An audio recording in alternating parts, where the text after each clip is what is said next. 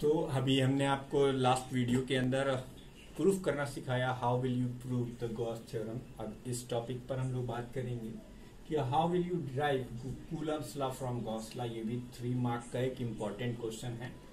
तो इसको स्टार्ट करते हैं। Consider a spherical Gaussian surface, a spherical Gaussian surface of radius r and having charge q at its center। ठीक, ये एक गॉसियन स्फीयर है जिसका सेंटर है आपका क्यू। ये आपका गॉसियन स्फीयर है, ये सर्किल मत समझिएगा। इसके सेंटर पर हमने क्यू चार्ज रखा हुआ है, इसकी रेडियस आर है। ठीक है, हमें कूलम्स लॉ पे प्रोसीड करना है। तो बेटा गॉस लॉ लगाने के लिए हमारे पास एक बेसिक स्टेप होता है कि पहले हम सरफेस के ऊपर एक एलिमेंट्री एरिया कंसीडर करते हैं। अब एलिमेंट्री एरिया कंसीडर किया तो आपको अच्छे से मालूम है इसका एरिया वेक्टर बाहर की तरफ होगा। इस प्लस क्यू के थ्रू जो इलेक्ट्रिक फील्ड होगी वो भी बाहर की तरफ होगी। तो हमारा फर्स्ट स्टेप क्या होगा बेटा? हमारा फर्स्ट स्टेप होगा flux through the elementary area. Flux through elementary area. Video थोड़ा लंबी रहती है तो आप लोग प्रॉब्लम मत करा करिए यार। अगर मैं एक्सप्लेन नहीं करूंगा तो फिर फायदा क्या होगा मेरा वीडियो बनाने का। तो वीडियो पूरा देखिए और ध्यान से देखिए, हमें कुछ नहीं मिलना, आप ही का फायदा है। Flux through elementary area dA, आपका पहला स्टेप है ये। D phi E is equal to E dot d A. E और डी ए के बीच में एंगल कितना है? 0 डिग्री का। तो ये कॉस 0 डिग्री हो गया, अर्थात ई डी ए, ये डी फाई ई। ठीक, अब इसे इक्वेशन नंबर 1 कह दो। बेटा हमने कहा ये क्या है? गॉसियन स्फीयर है। गॉसियन स्फीयर, तो स्फीयर है ये। तो हम लिखेंगे net flux through Gaussian sphere.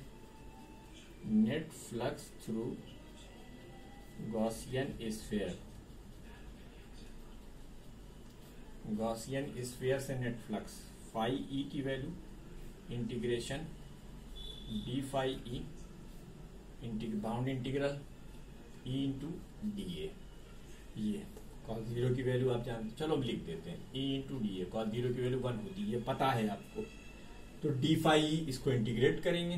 1 minute, confuse ना हो जाओ, इसलिए ई इंटू डी ए यहां भी लिख देते हैं।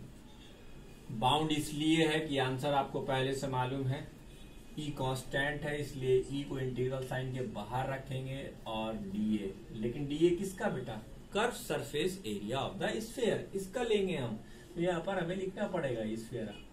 देखो गॉस थ्योरम में हम 2 ही तरह के, तुम्हारे इस लेवल पर 2 ही तरह के गॉसियन सरफेसेस को लेते हैं, या तो फिर स्फेरिकल सरफेस या तो फिर सिलेंड्रिकल। अब स्फीयर पर ये पहला केस हम कर रहे हैं। ठीक है, तो कर्व सरफेस एरिया जो इसका होता है वो होता है 4 पाई आर स्क्वायर। ये आपने फ्लक्स निकाला किससे? इंटीग्रेशन मेथड से। ठीक है, अब बाय गॉस थ्योरम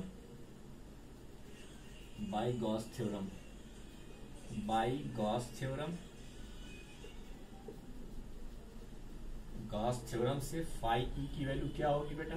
कितना चार्ज इनक्लोज्ड है? क्यू चार्ज इनक्लोज है, तो Q enclosed upon epsilon 0। Q enclosed upon epsilon 0, जिसकी वैल्यू क्यू अपॉन एप्सिलॉन 0 यहां आ जाएगी। ये क्वेश्चन नंबर 3 हो गया। अब ये भी फाई ई लिखा हुआ है और ये भी फाई ई लिखा हुआ है, यानी ये भी इलेक्ट्रिकल फ्लक्स है, ये भी इलेक्ट्रिकल फ्लक्स है। ये हमने गॉस थ्योरम से निकाला, ये हमने इंटीग्रल मेथड से निकाला। इन दोनों को इक्वेट कर दो। Equating 1 and 2। जब आप दोनों को इक्वेट करोगे तो E into 4 pi R square is equal to Q upon epsilon 0। It implied that E की वैल्यू आ जाएगी 1 upon 4 pi epsilon 0 Q upon R square. ठीक, ये इलेक्ट्रिक फील्ड आ गई। अब मान लो कि यहां पर तुम्हारे पास एक चार्ज Q0 है। तो तुम्हें मालूम है दो लाइक चार्जेस एक दूसरे को रिपेल करते हैं, ये रिपल्सन का फोर्स एक्सपीरियंस करेगा इस डायरेक्शन में। तो force experience by Q naught, force experienced by Q naught at distance r, F is equal to Q naught into, ये फार्मूला मैंने आपको इलेक्ट्रिक फील्ड के स्टार्ट में ही बताया था कि हम इसे ऐसे अक्सर यूज करेंगे। तो ये क्या हो गया, F is equal to Q naught into 1 upon, यहां से वैल्यू उठा के रख देंगे 1 upon 4 pi epsilon 0 Q upon R square. तो F की वैल्यू हो गई 1 upon 4 pi epsilon 0 Q naught upon R square, which is Coulomb's law, which is Coulomb's law. Coulomb's law. तो देवियों और सज्जनों, देखा आपने, हमने गॉस थ्योरम की मदद से कूलम्स लॉ का डेरिवेशन किया। स्टेप फिर से सुन लो। एक आर्बिट्रेरी सरफेस है जो स्फेरिकल शेप का है, हमें इसमें गॉस थ्योरम अप्लाई करनी है और इससे फ्लक्स निकालना है और फ्लक्स के थ्रू फिर हमें कूलम्स लॉ प्रूव करना है। तो इसके लिए हमने सरफेस पर एक एलिमेंट्री एरिया लिया। याद रखो, एलिमेंट्री एरिया की जो एरिया वेक्टर होता है या डायरेक्शन होती है वो आउटवर्ड नॉर्मल होती है, और ये +2 चार्ज के थ्रू इलेक्ट्रिक फील्ड भी रेडियली आउटवर्ड होगी, यानी ई और डीए के बीच में एंगल 0 डिग्री। अब इस एलिमेंट्री एरिया से फ्लक्स लिख लो, लेकिन ये एलिमेंट्री एरिया चूंकि स्फेयर का है तो हम इंटीग्रेट करके नेट फ्लक्स निकाल लेंगे। नेट फ्लक्स कैसे निकालेंगे, इस छोटे से फ्लक्स को इंटीग्रेट करेंगे। यहाँ पर आपको ये साइन अगर डरा रहा है तो आप इससे बिल्कुल मत डरिए। इस छल्ला, ये जो छल्ला हमने नाग बाबा पर बनाया है, इस छल्ले का मतलब है आंसर हमें पहले से मालूम है। जैसे इसके केस में क्या है बेटा, इसके केस के अंदर स्फेयर है, तो आप इस छल्ले का स्फेयर लिख देंगे। तो स्फेयर का एरिया क्या, कर सरफेस एरिया क्या था, 4 पाई आर स्क्वायर। तो एक मेथड से हमने फ्लक्स यूं निकाला। फिर आपको मैंने गॉस थ्योरम बताई थी कि Q इनक्लोज अपॉन एप्सिलॉन 0, यहाँ कितना चार्ज है Q, तो Q अपॉन एप्सिलॉन 0, ये दूसरा हो गया। अब 2 और 3 को इक्वेट कर इस पॉइंट पर इलेक्ट्रिक फील्ड की वैल्यू निकाल ली, क्योंकि रेडियल डायरेक्शन, रेडियल पॉइंट पर इलेक्ट्रिक फील्ड हर जगह सेम होगी। तो चाहे यहाँ निकालो चाहे यहाँ इलेक्ट्रिक फील्ड सेम हो गई। इलेक्ट्रिक फील्ड हमने कैलकुलेट कर ली। फिर हमने यहाँ पर एक डिस्चार्ज रखा, तो ऑब्वियस सी बात है वो एक फोर्स एक्सपीरियंस करेगा। उस फोर्स की वैल्यू क्या होगी, F की वैल्यू हमने इसे कैलकुलेट कर ली। अब आप वीडियो को पॉज कीजिए और इसे पूरा नोट कर डालिए।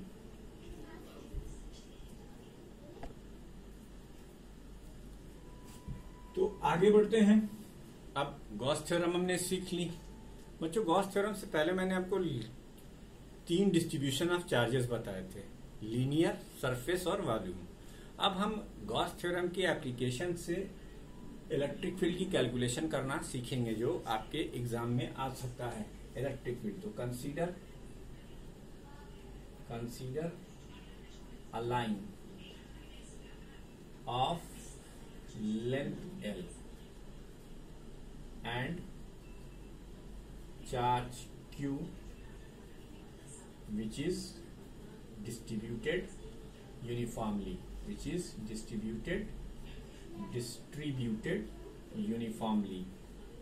मतलब आपने एक लाइन कंसीडर की है, लाइन पे एक चार्ज रखा है, लेकिन वो चार्ज उस पॉइंट की प्रॉपर्टी नहीं हुई। जैसे कि कूलम्स लॉ के अंदर होता था कि जहां पे आप चार्ज रख देते थे वहीं पर चार्ज ठहर जाता था। आपने क्यू चार्ज दिया, ये क्यू चार्ज ठहरा नहीं, ये चार्ज इसमें बदल गया। देखिए ये फैल गया। 1 मिनट यार, ऐसे फिगर बनाएंगे तो फिर हमें थोड़ा सा दिक्कत हो जाएगी। चलो लाइन ऑफ चार्ज को यूं मान लेते हैं तुम्हारे समझाने के लिए। कोई दिक्कत नहीं है, हम उसको भी बना सकते थे, लेकिन कोई फायदा नहीं है। ठीक, ये प्लस चार्ज हो गया। ठीक, अब क्वाइट ऑब्वियस है कि जो आपने चार्ज दिया है, मैंने आपको इलेक्ट्रिक फील्ड लाइंस के पैटर्न में बताया भी था कि इलेक्ट्रिक फील्ड होगी, वो कैसी होगी, परपेंडिकुलर होगी। तो ये एक पॉइंट है P, जहां पर, जो कि R डिस्टेंस पर है। I am interested in calculating what is the value of electric field due to this line of charge at particular point P। हम इसके लिए इस बात में इंटरेस्टेड है। तो अब हम इसको गॉस थ्योरम से कैसे सॉल्व करेंगे। हालांकि इसके लिए इंटीग्रेशन का भी मेथड है, लेकिन वो आपके बियॉन्ड द स्कोप है, उसको छोड़ दीजिए। तो गॉस थ्योरम से कैसे, तो बेटा गॉस थ्योरम अप्लाई करने के लिए सबसे पहले हमें इनक्लोज चाहिए। बिना इनक्लोज के आप गॉस थ्योरम अप्लाई नहीं कर सकते। तो हम depending upon the distributional structure हम अपना गॉस सरफेस लेंगे, लेकिन क्लास 12th में स्पेसिफिकली बायोलॉजी के बच्चों को ध्यान में रखते हुए सिर्फ दो तरह के गॉसियन सरफेस में आपको इंट्रोड्यूस करता हूं। एक मैंने स्फीयर इंट्रोड्यूस कर दिया और यहाँ पर हम एक सिलेंडर यूज करेंगे। क्या यूज करेंगे? सिलेंडर।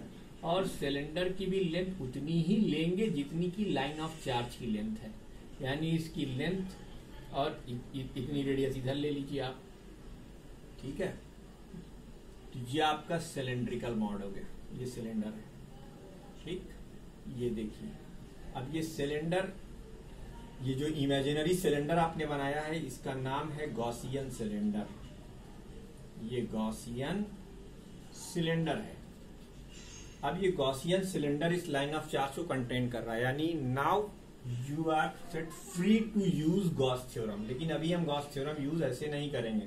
सबसे पहले हम इस सिलेंडर का फ्लक्स अपने इंटीग्रल मेथड से निकालेंगे। तो इसकी लेंथ हमने L मान ली, क्योंकि हमारी लाइन ऑफ चार्ज की लेंथ कितनी है? L।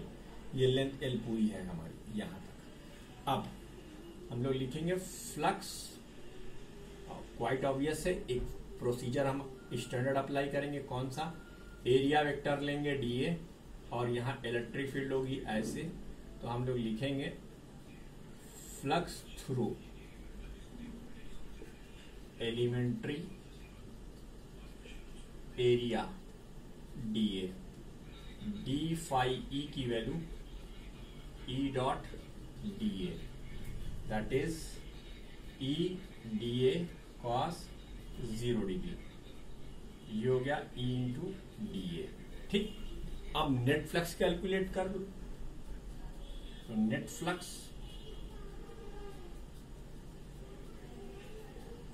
Through the net flux through the surface, net flux through the cylinder, जैसे कि यहां सिलेंडर है, तो फाई ई की वैल्यू हो जाएगी इंटीग्रेशन डी फाई ई, यानी बाउंड इंटीग्रल ई dA, ठीक।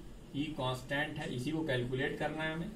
ये dA इस पर्टिकुलर पॉइंट के लिए कांस्टेंट है, मतलब यहां अभी देखते जाओ आगे रिजल्ट क्या आता है। फिलहाल इस पर्टिकुलर पॉइंट पर एक कांस्टेंट वैल्यू है उसकी, तो E इंटू dA, ठीक है बेटा। अब चूंकि मामला सिलेंडर का है तो सिलेंडर का मामला है, तो आप सिलेंड्रिकल उसके लिए लिखेंगे। तो फाई E की वैल्यू जो आएगी आपकी, वो आएगी, क्या आएगी? E टाइम्स, बेटा सिलेंडर का कर्व सरफेस एरिया होता है 2 पाई RL। क्या होता है? 2 पाई RL। अब देखो तुम्हारी किताब में भ्रामक स्थिति पैदा की गई है। अगर हम एक एरिया वेक्टर यहां लें dA1 और एक एरिया वेक्टर यहां लें dA2, तो क्वाइट ऑब्वियस है कि ये सर्कुलर एरिया का फ्लक्स और ये सर्कुलर एरिया का फ्लक्स दोनों की डायरेक्शन अपोजिट होने के नाते कैंसिल आउट हो जाएगी। तो आप उसे लिखो या ना लिखो, कोई फर्क पड़ने वाला नहीं है। तो ये देखिए, हमने अपने इंटीग्रल मेथड से इसकी वैल्यू निकाली, E into 2 pi RL phi E की वैल्यू। अब बेटा गॉस थ्योरम तो लगानी पड़ेगी, तो गॉस थ्योरम लगाएंगे, by Gauss theorem, by Gauss's theorem. अब जब आपने गॉस थ्योरम लगाई तो फाई E की वैल्यू आती है Q इनक्लोज अपॉन एप्सिलॉन 0। लेकिन बेटा यहाँ Q इनक्लोज्ड पॉइंट पर नहीं है, वो डिस्ट्रीब्यूटेड है, और जब चार्ज डिस्ट्रीब्यूटेड होता है तब हमें डेंसिटीज का सहारा लेना पड़ता है। क्योंकि यहाँ पे चार्ज 1 डायमेंशन में डिस्ट्रीब्यूटेड है, इसलिए हम लीनियर चार्ज डेंसिटी का सहारा लेंगे। तो हम Q इनक्लोज को लिखेंगे lambda into L upon epsilon 0। ये हो गया इक्वेशन नंबर 2। अब एक काम करो, देखो यहां भी फ्लक्स है, यहां भी फ्लक्स है, दोनों को इक्वेट कर दो। इक्वेटिंग 1 एंड 2, इक्वेटिंग 1 एंड 2, इन दोनों को इक्वेट करो। तो E into 2 pi RL is equal to lambda L upon epsilon 0। तो E की वैल्यू क्या हो गई? 1 अपॉन 2 पाई एप्सिलॉन 0, L से L कैंसिल हो गया, लैम्डा अपॉन R, ठीक। कुछ किताबें इसको यूं भी लिख देती हैं, 1 upon 4 pi epsilon 0 2 lambda upon R। अच्छा, इससे फायदा क्या होगा? या तो आप इसकी वैल्यू 4.5 इंटू 10 की पावर 9 रखिए, इसकी वैल्यू 9 इंटू 10 की पावर 9 रखिए, बात वही हुई। Where lambda is linear charge density, where lambda is linear charge density, ठीक है बच्चों, दो चीजें बाकी रह गई हैं, तो हम यहाँ पर इसी बोर्ड पर यहाँ ये जगह जो बची, आप तो मेरी आदत पुरानी जानते हो, जब तक पूरा बोर्ड भर नहीं जाएगा मैं आपको ये कुछ ना कुछ करता ही रहूंगा। तो यहाँ पे एक चीज तो ये समझ में आ गई कि ई लाइन जो होती है वो इनवर्सली प्रोपोर्शनल टू 1/r होती है। ठीक है, ये फार्मूला आपका हो गया ई लाइन का, electric field due to a line at a distance r। अब इसी का अगर ग्राफ खींचना चाहोगे तो ये ग्राफ आपको रेक्टेंगुलर हाइपरबोलाइज टाइप का मिल जाएगा। ये ई और आर का ग्राफ है। तो एक नंबर में ये इंपॉर्टेंट, इसके भी आप पे न्यूमेरिकल इंपॉर्टेंट और इसका डेरिवेशन अलग से इंपॉर्टेंट। वीडियो को पॉज करिए और इसे नोट कर लीजिए, फिर आगे बढ़ते हैं।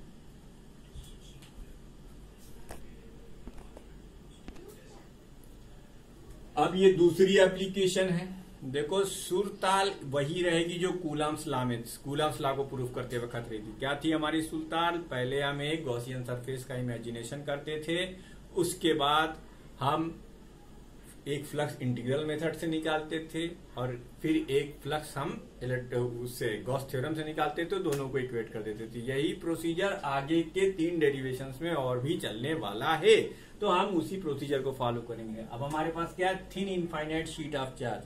बच्चों thin infinite sheet of charge को दिखाने के लिए मैं आपको ये एक पेपर उठा लेता हूं। ये पेपर है, ये thin infinite sheet of charge है। अच्छा, इस पे एक बात और गौर करने वाली है कि जैसे मान लीजिए आपने एक पेपर लिया, एक पेपर में आपको पहले देखो इतना टाइम नहीं है, एक पेपर हमने लिया और यहाँ पर इस पे एक मार्क बनाया। तो ये देखिए एक मार्क बनाया है, तो इतनी वो पतली है कि ये मार्क आपको इधर से भी दिखाई देगा। कहने का मतलब ये कि सरफेस तो एक तरफ आपने चार्ज दिया, लेकिन वो चार्ज दोनों तरफ से यूनिफॉर्मली डिस्ट्रीब्यूटेड होगा।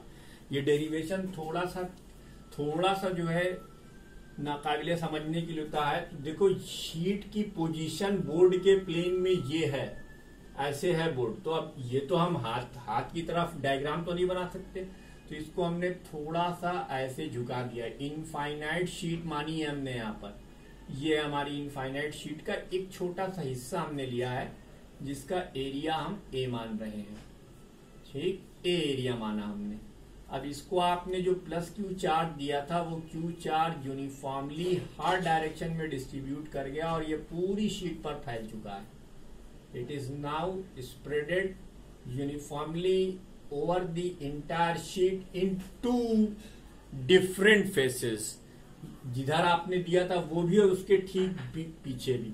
अब मामला है चार्ज का, तो चार्ज है तो इलेक्ट्रिक फील्ड भी होगी। चलो ये हमारा पॉइंट ऑफ इंटरेस्ट मान लेते हैं, जिस पर हमें इलेक्ट्रिक फील्ड कैलकुलेट करनी है। क्या करनी है? कैलकुलेट करनी है। बेटा ये एक, अगर आप इसे देखें तो ये एक transverse cross section of cuboid है, जिसको एनसीईआरटी ने पिल बॉक्स का नाम दिया है। PILLBOX पिल बॉक्स का नाम दिया हुआ है। हम यहाँ पर एक गॉसियन सरफेस स्पेसिफिकली कंसीडर करेंगे, इसी एरिया का, इसी क्रॉस सेक्शनल एरिया का थोड़ा सा लंबा। तो इसलिए लेटर ऑन हमें ये पता लग जाएगा कि इससे कोई फर्क पड़ता नहीं है ना, क्योंकि हमें बंद करना है इसको। तो हम एक क्यूबॉइड कंसीडर कर रहे हैं, जिसको कि हम पिल बॉक्स कह रहे हैं। अब ये जब क्यूबॉइड आप कंसीडर कर लोगे तो क्वाइट ऑब्वियस है कि चीजें बंद हो जाएंगी। ऐसे ही हमने एक क्यूबॉइड कंसीडर कर लिया। ये सिर्फ आपको समझाने भर का डायग्राम है, हो सकता है आपकी बुक में ऐसा डायग्राम ना बना हुआ हो, तो परेशान मत होइएगा। ये डेरिवेशनल पॉइंट ऑफ व्यू से इंपॉर्टेंट नहीं है, इसलिए आप इसे जैसे चाहे वैसे कर सकते हैं, क्योंकि मामला 3 डायमेंशन का है। अच्छा भाई, नहीं, इसकी लेंथ थोड़ा और बढ़ानी पड़ेगी, ये लेंथ और बढ़ानी पड़ेगी थोड़ा, ठीक है, और इधर से थोड़ा सा कम करनी पड़ेगी। ठीक, तो ये पिल बॉक्स है हमारा, यानी क्यूबॉइड। तो हमने क्यूबॉइड लिया हुआ है। क्या लिया हुआ है? क्यूबॉइड लिया हुआ है। ठीक, एक मिनट, इस डायग्राम को फिर से बनाते हैं। हमें क्यूबॉइड लेना है, तो क्यूबॉइड को बना लेते हैं, फिर उसके अंदर जो है वो बना लेते हैं। अब आप समझ चुके हैं क्या करना है मुझे। तो पहले एक क्यूबॉइड बना लेते हैं, डॉटेड क्यूबॉइड, और उसके अंदर हम अपनी चार्ज प्लेट को दिखा ले जाएंगे। यार तरीके निकालने पड़ते हैं समझाने के लिए भैया, क्या करा जाए। ये क्वाइट टीडियस फिजिक्स है, वैसे भी आधे से ज्यादा तो बाउंस कर जाती है कम बखत। ये देखो ये है। अब तुम्हें ऐसा ही एक सरफेस बीच में ले लेना है। अब तुम्हारे बढ़िया से समझ में आ जाएगा। ऐसा ही एक सरफेस तुम्हें बीच में ले लेना है। ये देखो जिसका एरिया तुमने क्या माना हुआ है, ए, एरिया ऑफ क्रॉस सेक्शन। इस पर तुमने प्लस की क्या दी, चूंकि ये तुम्हारा गिवन है इसलिए तुम इसे डार्कन कर सकते हो। डार्क कर दो इसे, ठीक। अब ये plus plus plus plus plus plus plus plus plus plus plus पूरे पे फैला हुआ है। अच्छा, ये हमारा एक पॉइंट ऑफ इंटरेस्ट है सरफेस के एंड पर। और मैंने आपसे क्या कहा था, इसके दो सरफेसेस होंगे, एक इधर वाल और एक इधर वाल, तो दो वाल हो गई है ना। वाकई में ये वाल है, लखनऊ वालों के लिए वाल है, तो ऐसे ही ये हो गया। इसका मतलब एक एरिया वेक्टर ये ले सकते हैं हम dA1 और एक एरिया वेक्टर ये ले सकते हैं dA2। तो एक इलेक्ट्रिक फील्ड हम इधर लेंगे, ऐसे ही एक इलेक्ट्रिक फील्ड इधर लेंगे, ठीक। अच्छा भाई, अब इसका हम फ्लक्स निकालेंगे। तो flux through elementary surface D, flux through elementary surfaces, flux through elementary surfaces d net की वैल्यू क्या होगी, d1 प्लस d2। कुछ काबिल लोग ये बात कहेंगे कि ये तो अपोजिट डायरेक्शन में है, एरिया सेम है, तो कैंसिल काहे नहीं की हो। नहीं भैया, हम कैंसिल इसलिए नहीं कर सकते कि जब हम पॉइंट P पर इलेक्ट्रिक फील्ड कंसीडर करने जाएंगे तो ना सिर्फ इस सरफेस की बल्कि इसके पीछे की भी इलेक्ट्रिक फील्ड, यहाँ पर इसके पीछे के चार्ज भी इलेक्ट्रिक फील्ड को कंट्रीब्यूट करेंगे। तो ये इलेक्ट्रिक फील्ड इससे कैंसिल नहीं हो पाएगी। ये तो सिर्फ आपको समझाने के लिए बताया गया है कि देखो भाई पॉजिटिव चार्ज इधर भी इसके पीछे भी है, तो इसके थ्रू इलेक्ट्रिक फील्ड बाहर है। लेकिन इस पॉइंट P पर कंट्रीब्यूटिंग इलेक्ट्रिक फील्ड ना सिर्फ इस सरफेस की होगी जबकि इसके पीछे वाले की होगी, इसीलिए इसको दो बार लिखा गया। हालांकि ये दोनों वैल्यू यूनिक है। अभी आप देख सकते हैं ये E dot dA1 plus E dot dA2। अब ये चूंकि यूनिक है इसलिए इसे हम dA1 dA और इसे भी हम dA लिख लेंगे। ये हो गया ट्वाइस ऑफ E dA, ठीक है। अच्छा, अब नेट फ्लक्स निकालना है। नेट फ्लक्स निकालने के लिए नेट फ्लक्स फाई, आप जानते हो एक प्रोसीजर हमारा स्टैंडर्ड क्या है, वही हम यहाँ पे करेंगे। अच्छा, इसमें एक और नया काम करना है। इसमें हम छल्ला नहीं लगाएंगे, इसमें हम ए नीचे लिखेंगे, यानी ये एरिया। क्योंकि ये इनफाइनाइट शीट है तो we can not exactly predict the area, और